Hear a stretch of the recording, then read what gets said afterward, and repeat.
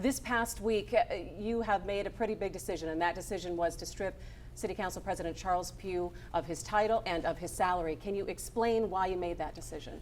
The only reason I made that decision is, I'm in the midst of some pretty serious discussions with rank and file employees about their terms and conditions and compensation. And from my years in federal government, the standard schedule of discipline, both in federal government and military, is the higher up you go, the more responsible you're supposed to be. And so Mr. Pugh is a leader. He's president of the council. His conduct should be exemplary as an example for other employees.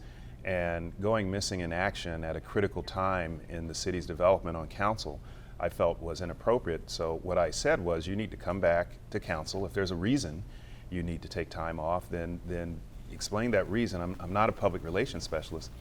But more important than that, Mr. Pugh had sent me a memo asking me to approve medical leave. There's nothing in either the charter or under my statute for me to approve medical leave, and I didn't want to get drawn in to a situation where someone would say the emergency manager approved whatever was going on. So I said, look, I'm not in a position and don't have the authority to approve it. You need to come back and work your job. If you can't do that, then you shouldn't be in a leadership position on the council. So I removed compensation. I kept benefits in place for whatever reason. If someone needs assistance or help, I think that's the humane thing to do. And I actually said that's going to take effect this Sunday.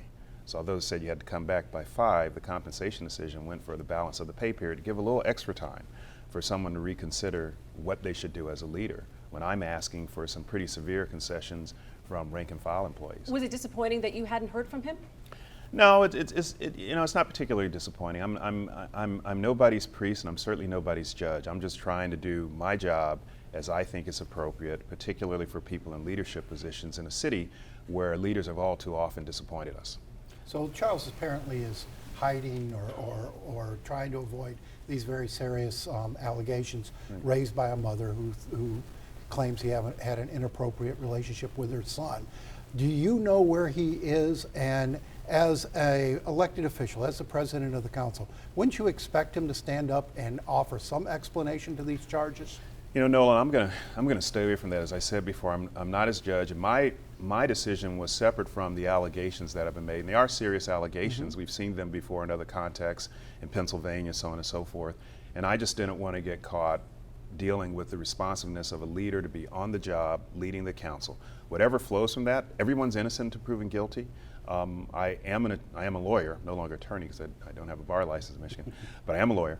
And everyone who is subject to an allegation has a right to defend themselves as they seem appropriate. I've just read the published reports in response to your question about where he is about Mr. Pugh in the Northwest somewhere, but I hope he's okay, and I hope that at some point he'll have an opportunity to respond to these allegations, but that's really his business, that's not mine. Well, you've got to be aware, though, of the optics here, that as the appointed emergency manager, you're stripping the second highest ranking elected official in the city of his title. Obviously, people are sort of questioning what is your authority to do that.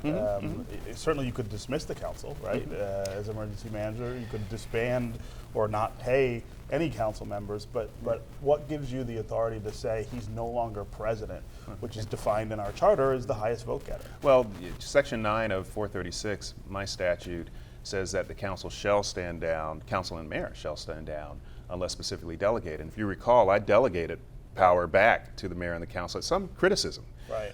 And I did that at the time because in the statute there's certain provisions, one of which is to take a vote to fire me at the end of my term. And I thought it would be highly cynical and somewhat unfair to say, well, they have a role, but I'm not going to pay them, and I'm going to denude them of any authority, as some of my friends in Washington advised me to do, the political animals, and said, gut them and leave them on the side. And I said, no, I'm going to try to work with this situation. For the first month, they were taking votes. One of the most difficult ones was the retention of my old firm, Jones Day. And I sat on the sidelines and let that happen. So I really tried to do this right. And I think the statute gives me authority. What it does not give me authority to do is to fire anybody. He is an elected official.